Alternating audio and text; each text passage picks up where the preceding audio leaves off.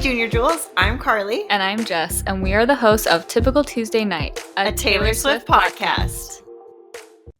Hello, everybody. Welcome back to the Typical Tuesday Night podcast. I'm Carly. And I'm Jess. And if you haven't guessed, I mean, what I'm wearing, here's a big hint, but drum roll. Oh, yeah. Another, I guess people that aren't watching on YouTube have no idea. We're like pointing to different things. Look at our big hint.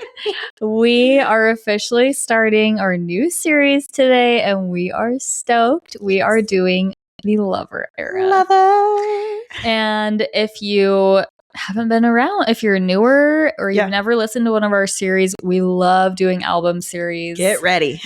It is, I mean, this is months worth of really fun content. We go over everything there is to need to know about the album, the era, Taylor Swift's personal life during this time. Like, we deep dive music videos, we analyze the lyrics, and it's so much fun. It is. I love doing the series, and it's fun too because, I mean, both of us have been Swifties since the beginning. Yeah. Since debut. We've been around a long time. There's still stuff. Oh, yeah. That I learned. I'm like, oh, that was a cool fact I didn't know. So whether you are a Swiftie, you've been around since Lover or before Lover, you'll learn something new. If not, these series are also great for people that are like, I found Taylor during the Eras tours. Like, I wasn't around during the Lover era. Yeah. Those are some of my most exciting moments when people say things like that. Because it's like, okay, like, we're going to bring you in the club. Like, here's everything you need to know. Now you can feel just like you were there for part of that era. Yeah. Well, even like you said, we've been around since the beginning. Yeah. And the 1989 series we did, I became obsessed with Harry Styles and Taylor Swift's relationship. And I was completely out of the loop. I was there, but I was out of the loop. Yeah. And almost all of that information was like new to me. Yeah. And that was so fun. So fun. Even as like, just to like get a deeper, like more full understanding of it. Yeah.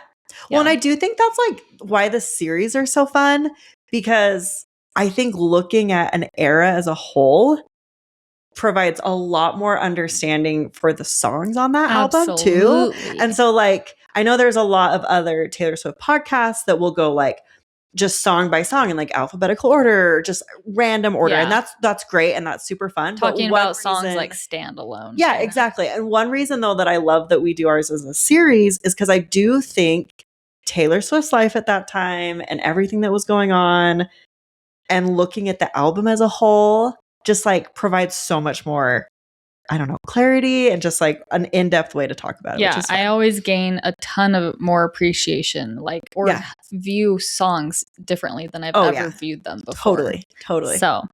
So excited. Yes. Okay. Well, for our Junior Jewels moment today, these might be like 2 or 3 weeks old because we are filming this a week or two early, but I was loving a bunch of comments that we were getting on our predictions episode on our YouTube channel. And I wanted to shout a couple people out that said a few things that I thought were like really good points that I hadn't thought of. So this is from Mike, and I think it's Mike DeBrine. But he said, these are such fun ideas for 2026 for all the non-football fans. And I know Mike, he's commented on our videos before. Pretty sure this is you. He was a Travis fan. Turned Taylor fan and found our like YouTube we've read stuff from him before, I think so. Yeah. So a lot of times he gives different insights more from like Travis's perspective, which I love. Perfect. So thank you for that. But he says, for all the non-football fans that are talking about the wedding, you need to keep in mind that a lot of Travis's friends are still playing, coaching, or otherwise involved in football, which is something that I hadn't thought of. We had talked about like, well, maybe they've paused wedding planning if Travis is trying to like figure out his timeline. But we also have to think Travis wants all of his friends circle. Is football. So if they're still playing, that does probably take away a lot of months that they could get married. Yeah. And also makes it so that it's not as influenced by like, is Travis still playing or not? Because whether he's playing or not, all of his close circle are going to be playing. So it still like affects the timeline. And so he says, well, they could go on a honeymoon in football season if he decides to retire. I just don't see them getting married any later than halfway through July. So I thought that was like a really good point. And then he says, I hope that Travis does not go with her to the 2027 Grammys, which I was like, what? I love that prediction that I half made a year early. But he says, as lately they are the week before the Super Bowl. And I hadn't even thought of that. And he says, I prefer him playing in that. Playing and making it to the Super Bowl. Because I was like, well, yeah, I literally said, I want Travis to play another year. I obviously want him to get to the Super Bowl. If he's trying to get to the Super Bowl, then they're not going to go to the Grammys. Yeah. So I thought both of those points were like really, really cool. Thank you for that.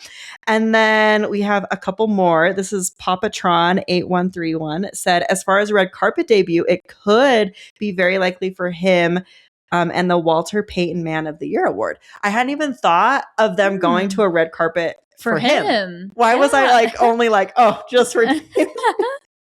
But that's such a great point. It's like he's involved in stuff like that too. Yeah. And that's totally something I could see her joining in on. So I thought that was really, really cool. Fun. And then there was one more that I wanted to just talk about. This is from DJ VY3HU. Anyway, and they just said, whatever she does with Rep, maybe 2027 for the 10th anniversary. And I was like, I hadn't thought of that. Yeah. Like we all keep talking about like debut TV for the 20th anniversary. Yeah. And maybe that's it. Like maybe she does 20th anniversary this year. Next year being the 10-year anniversary for Rep is like a cool big anniversary moment. Yeah. So like maybe she's saving Rep vault tracks even for that. So I thought those were some great points. That is fun. Yeah. I don't know what, like Carly and I, we sit here, we do the podcast and we just put it out in the world. And like, we don't have we have like, you know, we message you guys like on Patreon or Instagram or whatever, but like for some reason reading stuff like that's like directly based off of like stuff that we said. And I know like people like listen to us and people like have commentary about like what we're saying. And it's always just like a kind of like a pinch me moment. Like, oh yeah, like there are a lot of people that like listen to us and it's like kind of crazy, like, wait, don't think about that. Don't think about that. Or I'm going to start to freak out. No, it's so true. And it's fun when you guys do comment. And we're super lucky too, because everybody's like really nice too. Like all of those comments, I don't think even disagreeing with like, you know, when he was like, I don't think that he is going to go to the 2027 Grammys with her because blah, blah, blah. I was like, they're not like, you're so stupid. Yes. Why aren't you considering the Super Bowl? And I was like, these are great points. Thank you for bringing them up. Like I want to have conversations about Taylor Swift. Obviously we have a Taylor Swift podcast. So you guys are just awesome. So I know it's so true. We've like never dealt with very much like negative pushback on this. Knock on wood. Yeah. Nice. Anyways, okay. So we are just going to jump right in today because these series, like you guys, we go over so much. So like be prepared for like more Taylor Swift information than you know what to do with. Know what to do with or would expect. So. For reals. And I guess today's episode, I didn't even think about talking about this, is we always start with the album. So we're going to talk about the album today, basically everything you need to know about it. So we talk about like what awards it won, when it was created, who helped make it, vibe, who helped make it. I'm like trying to even think. The promotion for singles. It, fun, little facts. So basically everything that you need to know about the Lover album, we are going to present to you today. Yes. Here we go. Okay, so Lover was Taylor's 7th studio album. And it was released on August 23rd, 2019 through Republic Records. This was her first master that she owned, which is so crazy. I know. Also, so crazy, like how long ago this came out. I know. Like so long ago. And so like after she left Big Machine, this was her first one she released with them. And it was meant to it was in November 2018 that she left Big Machine. Yeah. And then went to Republic. So. The album has 18 tracks, and the deluxe editions have 2 voice memos, one for I Forgot That You Existed and one for Lover. And then we also had the More Lover chapter that came out March 17th, 2023. What day is that, The Jess? opening day of the Eras tour. Carly and I were just talking about, like, it's so, I love the memory that I listened to this song. Like, yes. Driving to opening night of the Eras tour. Yeah. It was all the girls you loved before. And I am obsessed with It's a way song. good song. It's such a good so song. good. Yeah. I like need to remember to, I don't listen know. to that one more. Yeah. Yeah. It's one that I don't skip when it comes on, but I don't like actively seek it out. Yes. And I don't think it's on. I should double check. Like if I ever listen to the album, I don't think it shows up on there. It's not. So it's like such an easy miss. Yeah, for sure. And then the producers for this album were Taylor Swift, Jack Antonoff, Joel Little, Louis Bell, and Frank Dukes. Yes. So still just going hard with Jack. Yep. Which you can totally tell. Like this is a very Taylor Jack-esque album. Yeah. We should talk about this before we start. What are your thoughts on Lover? I love Lover. I don't know. I mean, I've said this a lot of times. I'm like pulling up the songs to like I like feel like I have to look at it. I know it's on it, but like no, I know, yeah. I'm such a I just hyper focus on the current album. Yeah. And so like I loved this album when it was current. But I feel like I don't revisit it as much as I revisit old albums. Like I feel like if I were to do an album ranking, which please never ask me to do that, even though I'm sure we will eventually. last week's rankings, impossible. So hard. But like it's funny because like I don't like actively seek many songs on this album, but like the Lover set on Eras Tour, so incredible. Good. Yeah, anytime a Lover song comes on, love it. You're like I'm not skipping it, but I'm not like going to actively listen to it. That makes sense. Yeah. Yeah. What about you? I really have a special place in my heart for Lover. Oh, let's hear.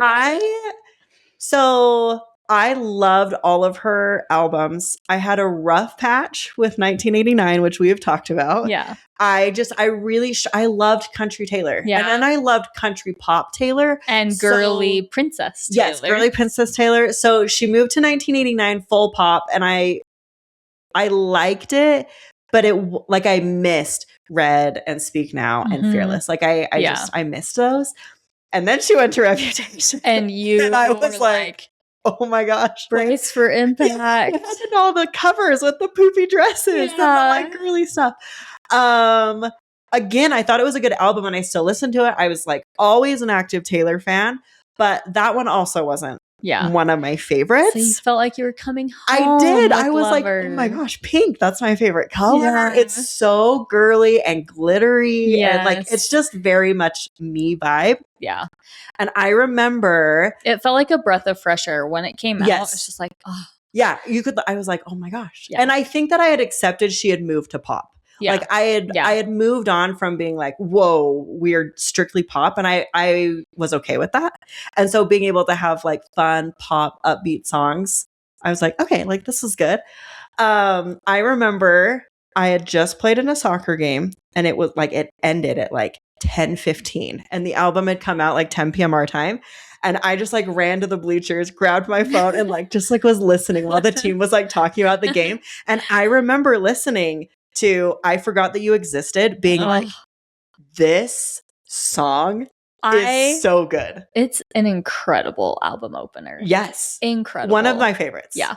For sure. So like I can like still just like feel that feeling of like listening to that. And I feel like the overall album, I actually feel like the first 3/4 of the album I love. Mm-hmm. I do skip a lot of the last last ones. I see that too. Yeah. But I'm like, the start with, now I'm going to like pull it up. I know. Where you get, oh my goodness, going back. Basically like from Soon You'll Summer Get Better. And and Cruel Summer, The Man, Lover, Miss Americana.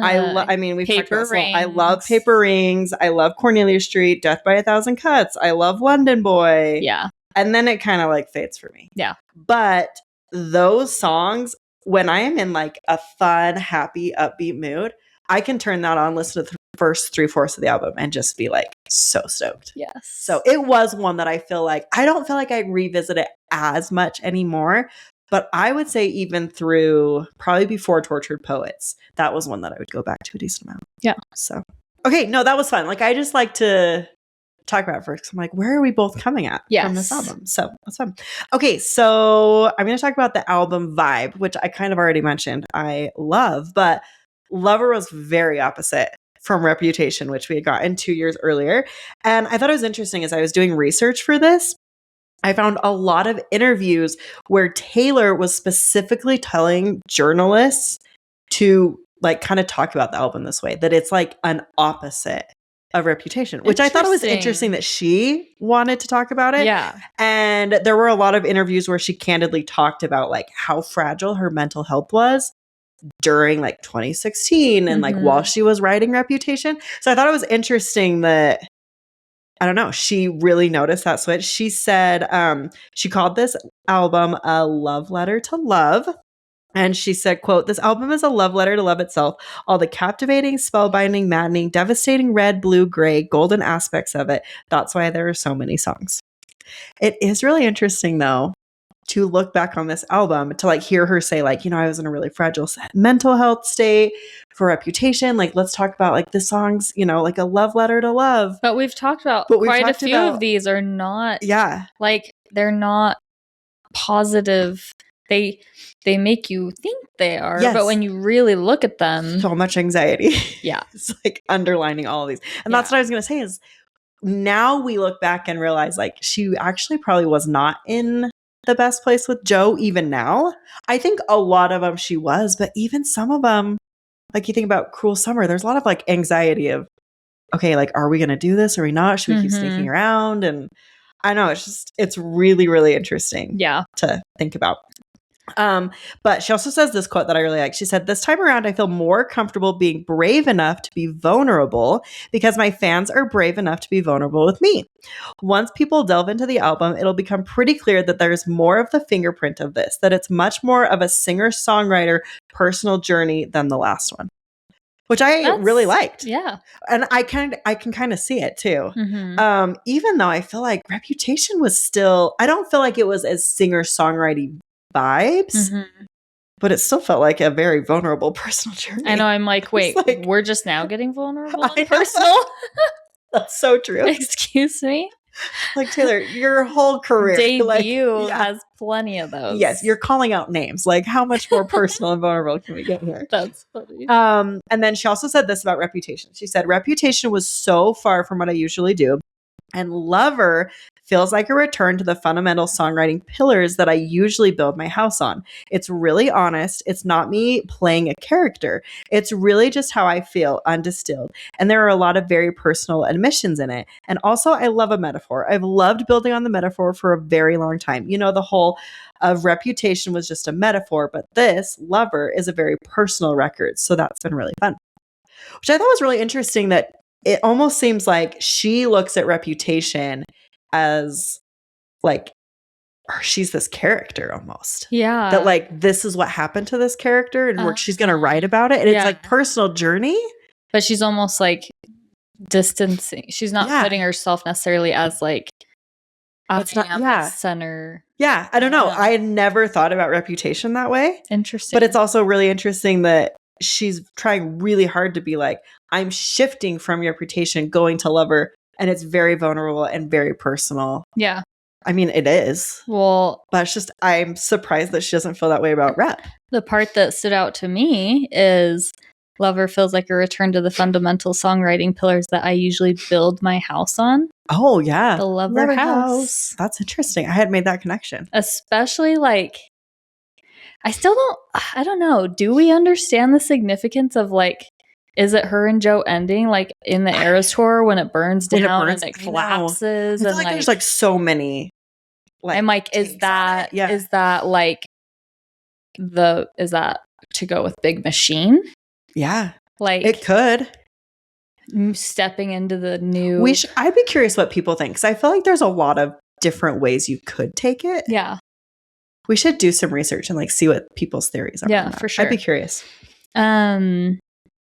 So the Lover album was originally supposed to be called Daylight.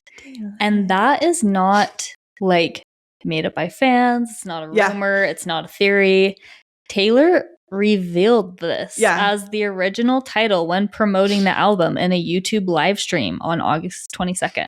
Like Taylor said it was going to be called that, which is crazy. Yeah. And then after she wrote the song Lover, she changed her mind. She said, I decided an album title based on something that has a nice theme to it and a ring.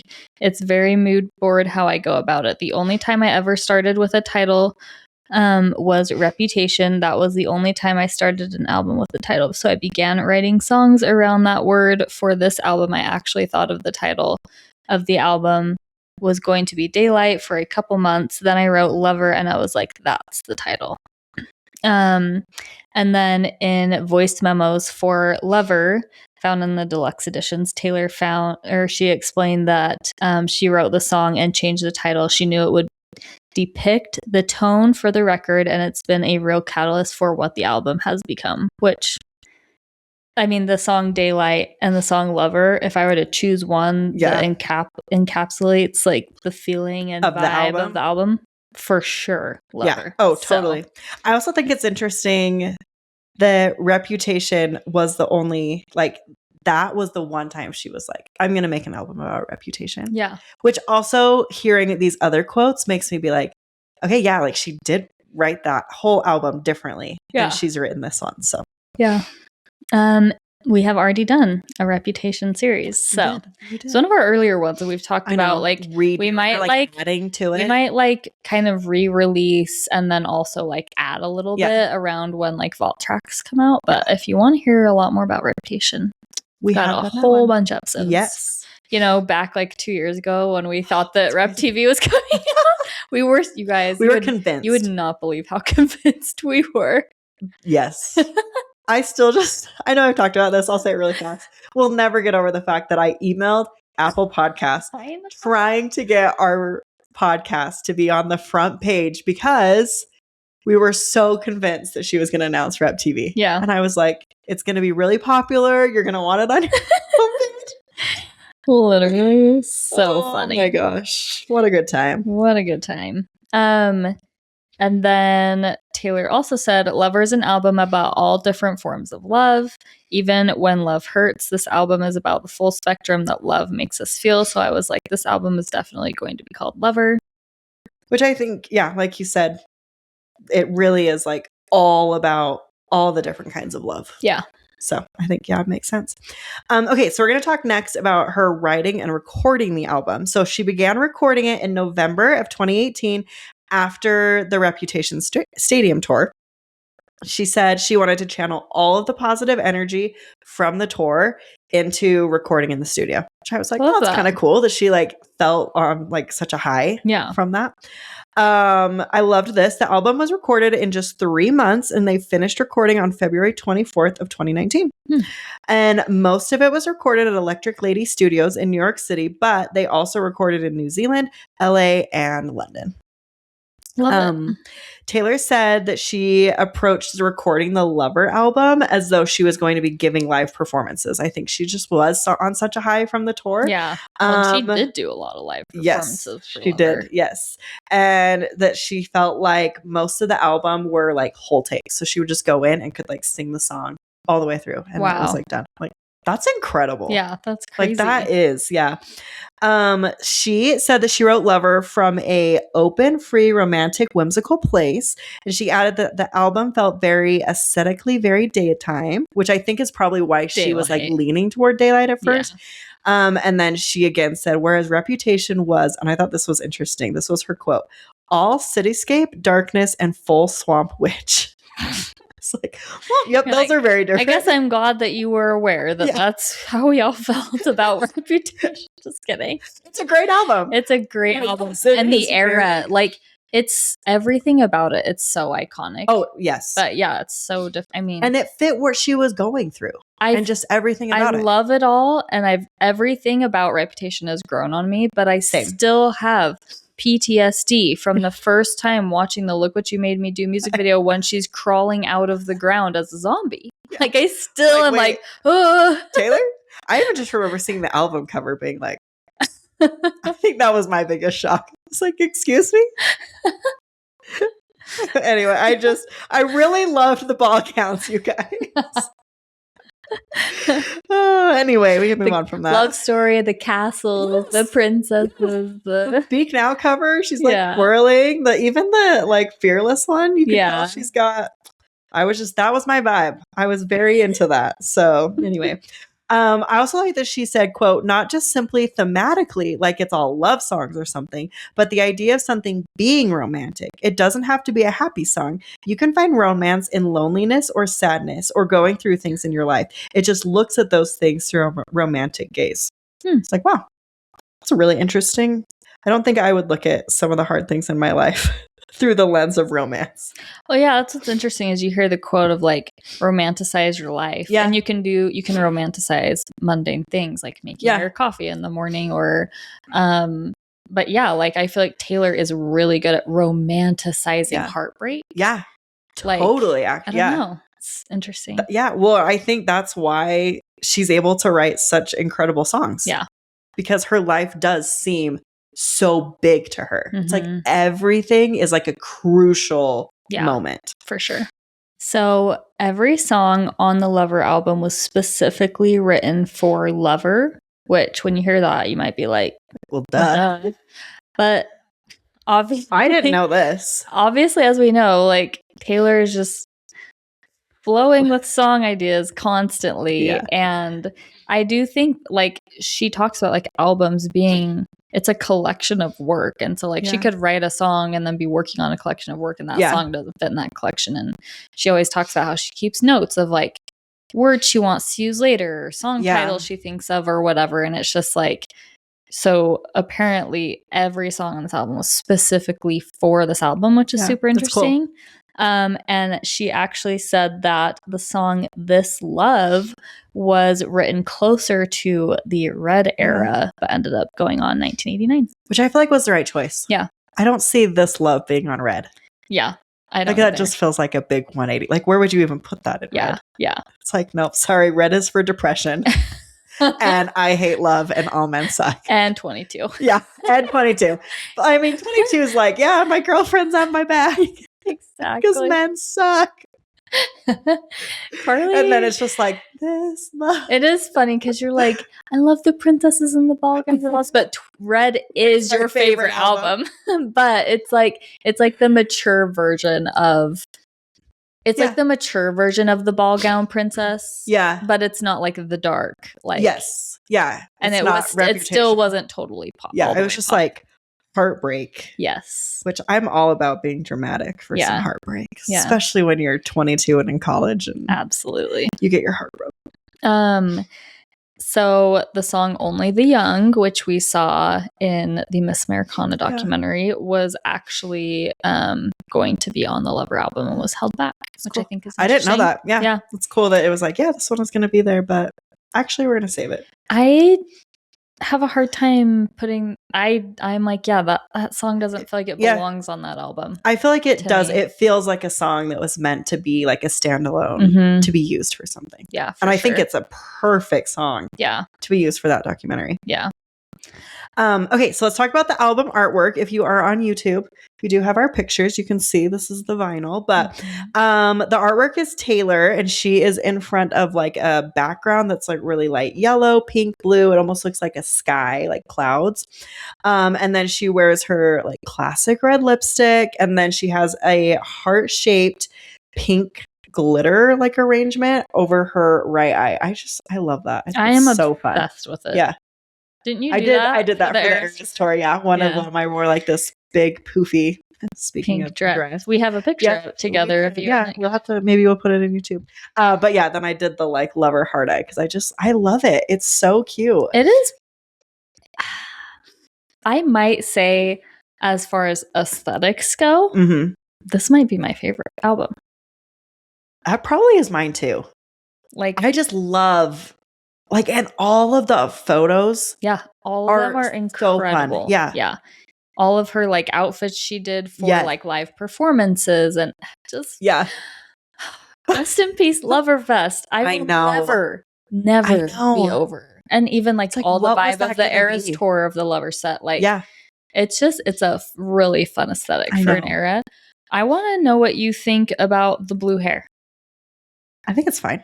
Like, do you feel like it's like I'm like, what was the deeper reasoning behind it? Just like she thought it was cool? Because I highly doubt that. Like, that's true. I guess I'd never thought about it. I feel like I forget about it because it kind of blends in. Yeah.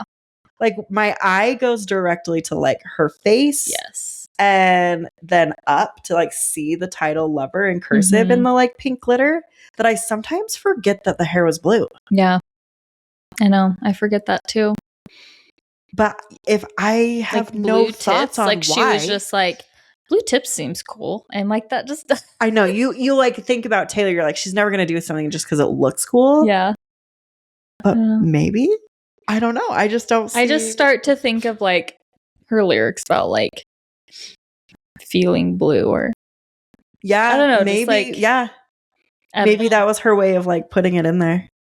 Yeah, I've never thought about that. Curious what other people think. If you have ideas, let us know. Please share. Also, that could be something as we go through the series that we find out. Maybe like, oh, blue. Yeah. So the album art was shot from February 26th to the 28th of 2019 by Valerie Rocha, I think is how you say it. And she also shot all the other photos of Taylor during the Lover era, which we're going to start sharing a bunch more of those on our Instagram because, like we said, we love them. They're so cute. Yeah, all the garden aspect of it all. And I literally am just Googling that because I was thinking of the garden aspect, and I'm like, this is 100% what it looked like when they got engaged. No, I know. I feel like I saw somebody had said like he recreated like the Lover garden for her. Yeah. Yes. Which just makes it even better.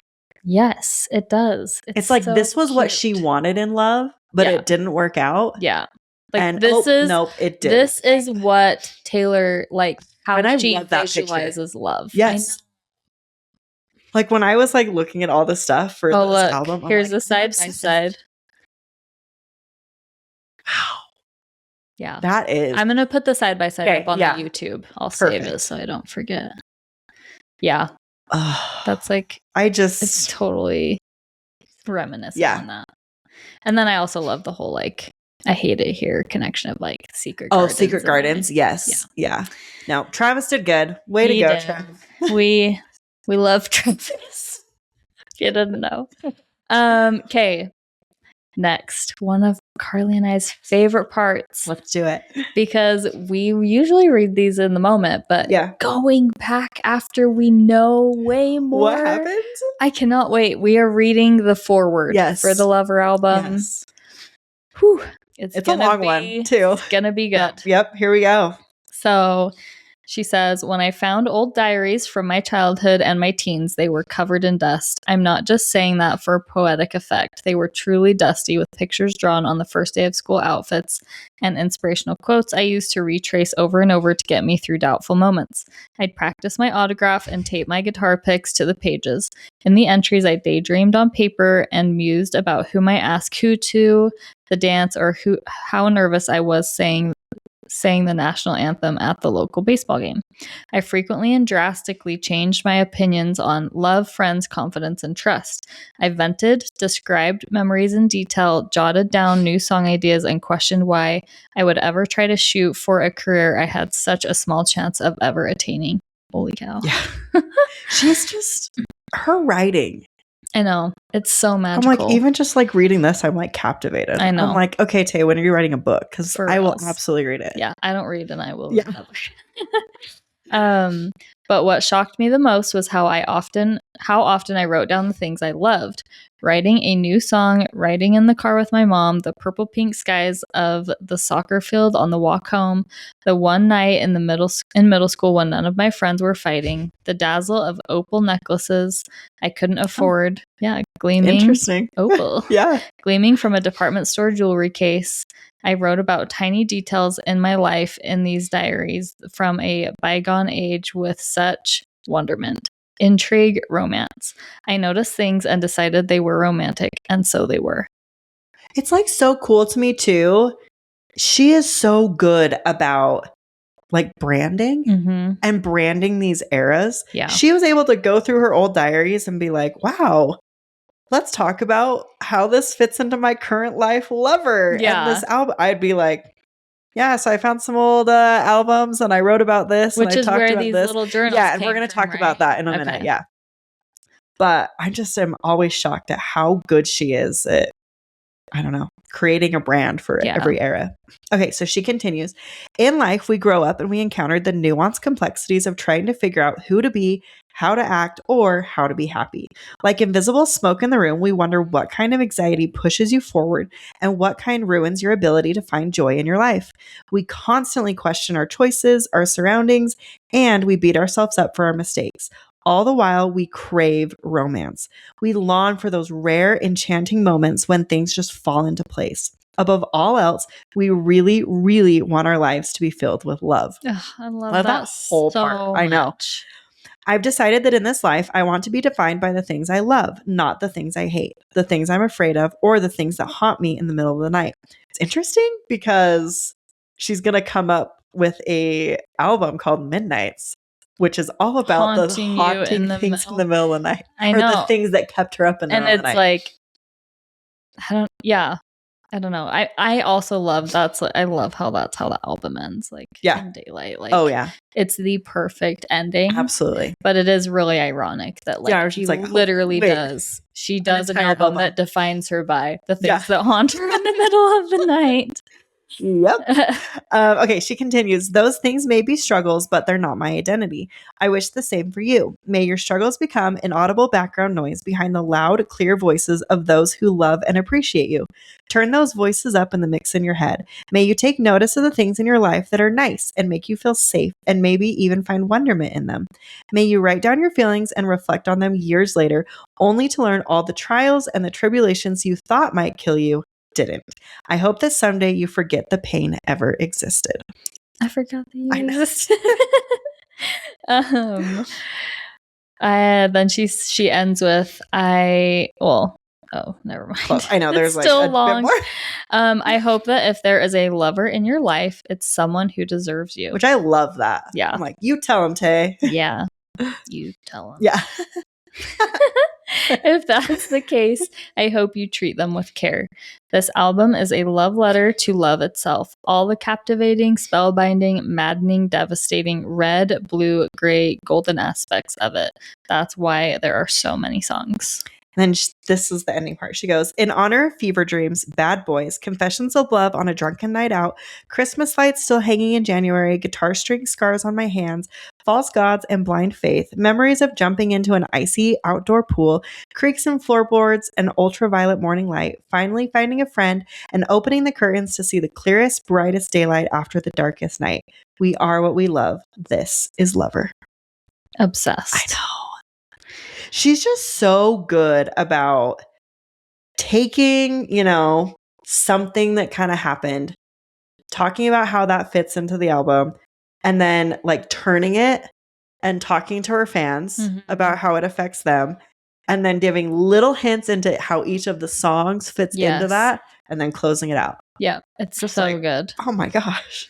I kind of, for some reason, that last part that I read. Yeah. I wonder, maybe the blue hair tips are like to help represent the sad parts of love. Like she's saying, maybe, like this album is like all about love, like the good and the bad, and maybe that's kind of like a visual representation of the blue parts of love. I want to say she also did pink hair, didn't she? Yeah, I feel like she did. I'm gonna look it up really quick. Was it like overall like a light pink? Yeah. So pink tips. Pink tips. Interesting. But all of the album stuff looks like it's blue. Yeah. But she had pink tips at, is this the iHeartRadio? Yeah. Was it in the fringe outfit? This fringe outfit had it. This one had it. Yeah, so I wonder too if it was just for the aesthetic. Like she was like pink and blue. I'll dye the tips. Yeah. But I do like your thought about like what is she trying to do? Yeah. Because we all know that there's always a purpose behind everything she does. Okay, before we continue, we're going to take a quick ad break and to talk about our sponsors. Our first sponsor today is Goosebumps. Yes, Goosebumps just released the cutest. They're so cute. Valentine's pajamas. A super fun collection that has prints that are like gingham, hearts, solid pinks, even like a really cute berry print. Yeah. So if you're looking for a new pair of pajamas this winter, definitely check them out. Yes. You can just go to shopgoosebumps.com and use our code TTN15 for 15% off. Yes. And then our second sponsor for today is Getaway Today. Yes. And they just sent us an email saying they just released $48 a day Disneyland tickets. What? For kids. Park hopper too. Jess is going to Disneyland. I mean, I want to. I know. I should have double checked, but I'm pretty sure it was end of May, even like through the summer, which was like shocking to me. Yeah. So, or maybe it was the opposite. I shouldn't have said that. Anyway, you'll have to look it up. That there are $48 a day park hopper tickets for kids. And if you go to Getaway Today, they also have deals on adult tickets and hotels. They're like whenever I frequently go to Disneyland, and I always use Getaway Today because they have the best deals on hotels. And a lot of times, like if you stay like 4 nights, you get a 5th free and stuff like that. So yes, highly recommend checking them out. You can use our code TTN10 at getawaytoday.com. Yes, and that gets you $10 off. Yeah. All right. Okay, well, let's talk about the promotion of this album. I want to talk a little bit more about the promotion when we talk about the era, because I think that's kind of fits that a little bit more, but I do want to talk about it. So she did tease the album on social media a lot. We'll talk about this, like 5 holes on the fence. If you don't know what that means, stick around. We will teach you what that means. All you had to say was she was teasing on social media, and I was like, 5 holes in the fence. I know exactly what you're talking about. Yeah, so she kind of like dropped some hints and Easter eggs, but we'll talk about all of that later. So Entertainment Weekly also wrote that Taylor has, quote, perfected the pop culture feedback loop. She shares updates with her life, drops hints about her new music, which fans then gobble up and re-promote with their own theories. And it's only 10x since then. Oh my gosh. I know. And then they say, which Taylor then reshares on her Tumblr or incorporates into future clues. It's like a T Swift built Escher staircase of personal memories and moments that tease what's next.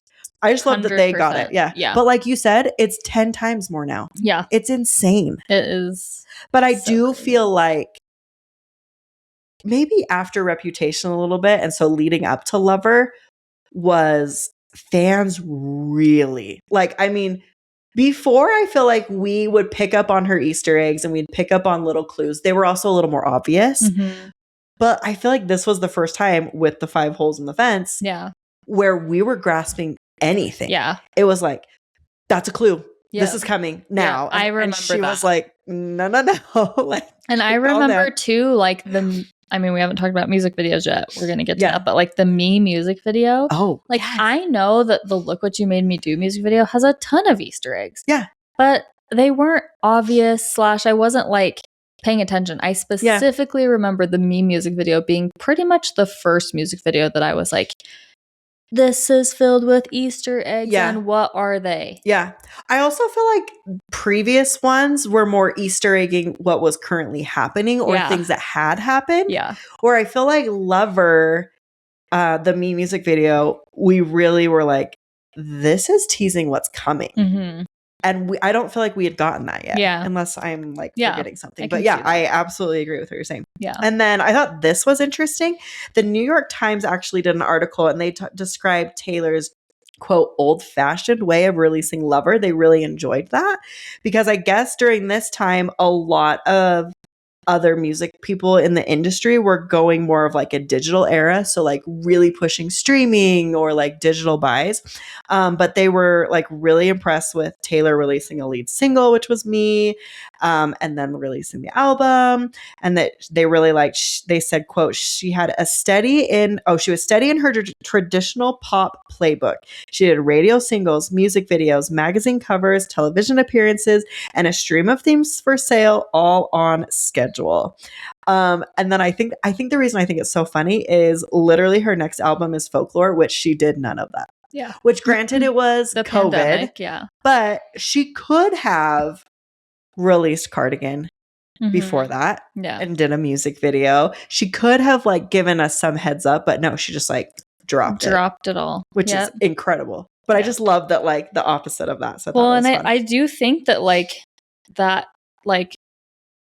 Taylor hasn't stayed relevant because of this, but it's just it's like we've talked about, like Taylor, a big strength of hers is songwriting, yes. But she's so good at so many other aspects. Yeah. And part of that is knowing how to promote her album, but also like changing things up. Yeah. And like, it keeps people excited. That's why, like, for example, like when we go crazy with details of like even Life of a Showgirl, where you're like, but what's the vibe of the music? Like the fact we don't even know what the vibe of an album's gonna be. Yeah.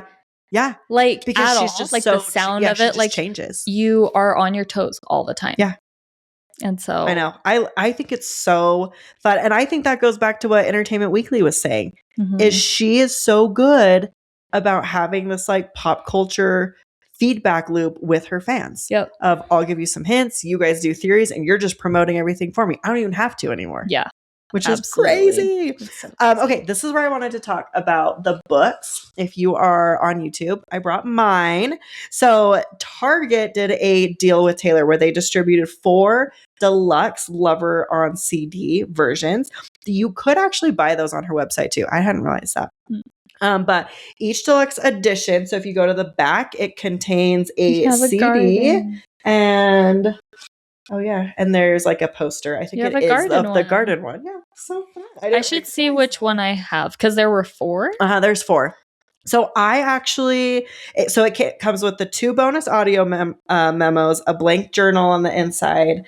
You can like see that. And then a poster, which we saw mine was the garden one.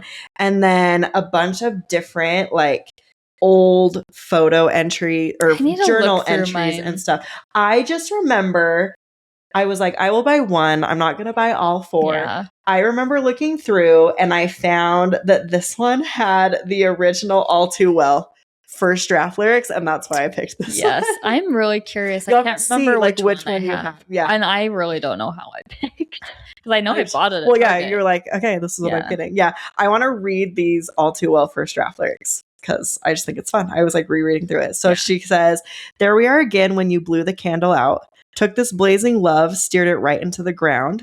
Running scared, I was there." So I'm like, you can already see that like that was different. Way different. And then I walked through the door with you. The air was cold. Pictures on the fireplace. You're showing me around. I'm like, it's just so fun to see this. There's a couple more. That is so fun. Well, I left my scarf there at your sister's house on the banister. I remember even now. And then she goes, "You'll mail back my things in a box with no note except for that scarf from that very first week. Yeah, you keep it in your drawer because it smells like me. It was the one real thing you've ever felt and you remember it all too well."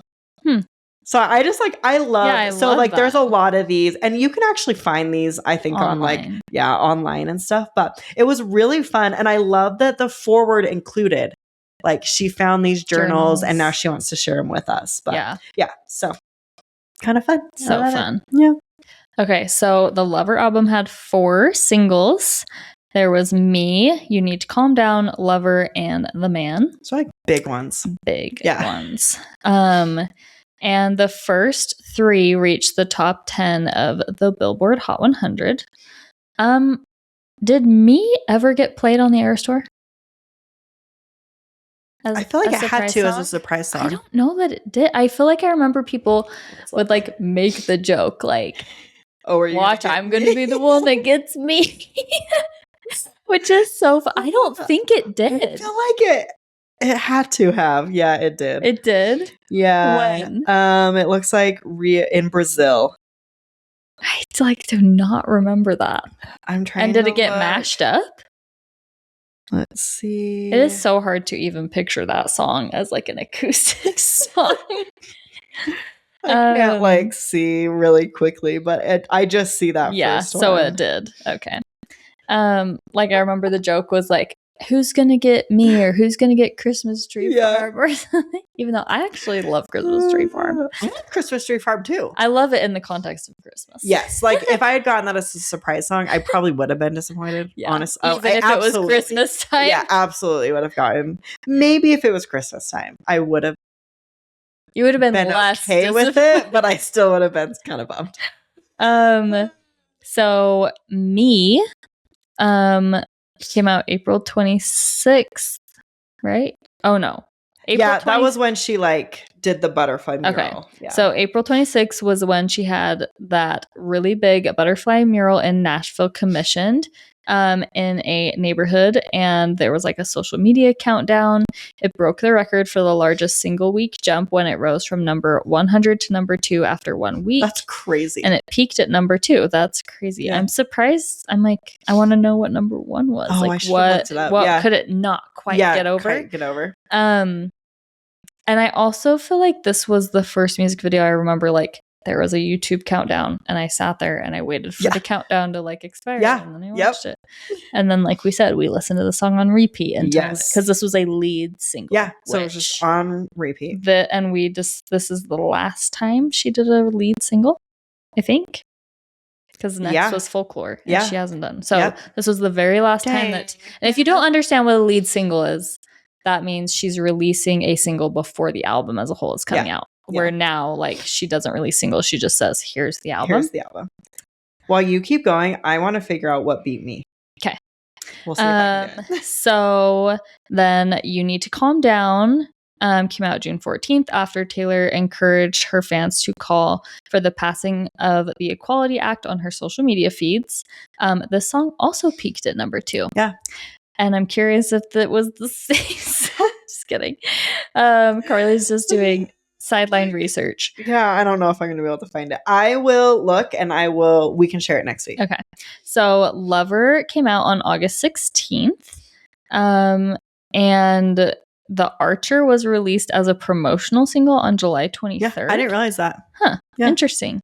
And then The Man wasn't released until January 20th. Are these the music videos? Yeah, these are the music videos. Okay. Sorry. So yeah, the music video for The Man came out like pretty after that. I vaguely remember something happening with The Archer and being like, I don't really like that song. Yeah. And I remember being like, oh, is like this the next thing we're going to get? Yeah. But then it wasn't. So like, I just don't remember. Yeah. Anyway. So interesting. Yeah. And then Cruel Summer got released as a single. So crazy. In 2023, and it topped the Hot 100. That was really wild. Like, I know how all that happened. Yes, it really was. I mean, obviously it got like so revived because of like the Eras tour and stuff, but Cruel Summer, I'm still surprised that was not the lead single. I know. Especially when you're releasing it right before you drop a August album. Yeah. You dropped that at the beginning of the summer. Like, that thing's going number 1. Yeah. Like, I just don't understand. But anyway. So crazy. Taylor can do what Taylor does. Mm-hmm. All right. Let's talk about the commercial performance of the album. So I kind of broke this down in a couple ways. So we're going to talk about pre-numbers first. So it had 178,600 pre-ads on Apple within 1 day, which made it the most pre-saved album by a female artist as of July 2019. Is it really just absolutely absurd of me that at this point I'm just like, that number doesn't seem No, I thought the same thing. I'm like, that's yet she was still beating the record. Yeah, she's breaking records, but it's like the kind of number she hits now. I'm like, Totally. I mean, that's a lot. Yeah, you're like, all right, we could do better. We will do better. Give it a couple years. It's funny. It was also the most pre-saved pop album on the platform. Pre-sales were around 1 million worldwide, and Target said it was its best-selling music pre-order of all time, only beating out the previous one, which was Reputation, which just keeps blowing my mind. When I was like typing all of these stats up, my husband was in the office with me, and I was like, this is insane. Like, even back then, all she can do is beat herself. Yeah, she's literally just in competition with herself. Which blows my mind. Yeah, it's so I'm crazy. like, no, even back then, really? Yeah. Okay, some Billboard stats. Lover was Taylor's 6th consecutive Billboard 200 #1 album. It outsold, this was my favorite stat. This was when I really like went off to my husband. It outsold all other 199 albums on the chart combined in its opening week. What? Right? Okay, there's a really impressive stat.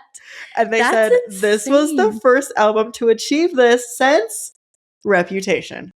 That's when I really was like, this woman, this is crazy. It is crazy. Like, you outsold all 199 albums combined. 2 albums in a row. The only one to do that.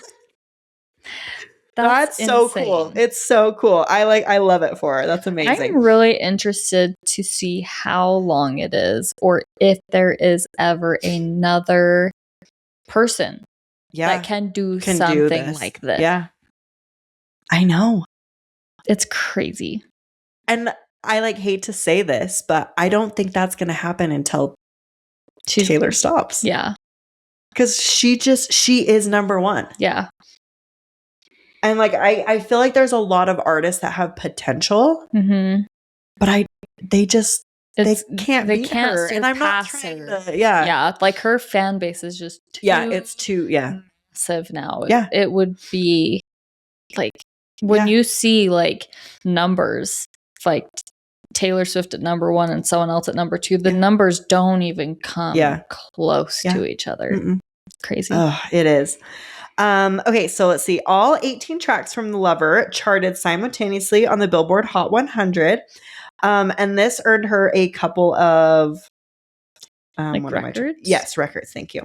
So that gave her the most simultaneous Hot 100 entries among women. She also got the record for the album by a female artist with the most simultaneous Hot 100 entries.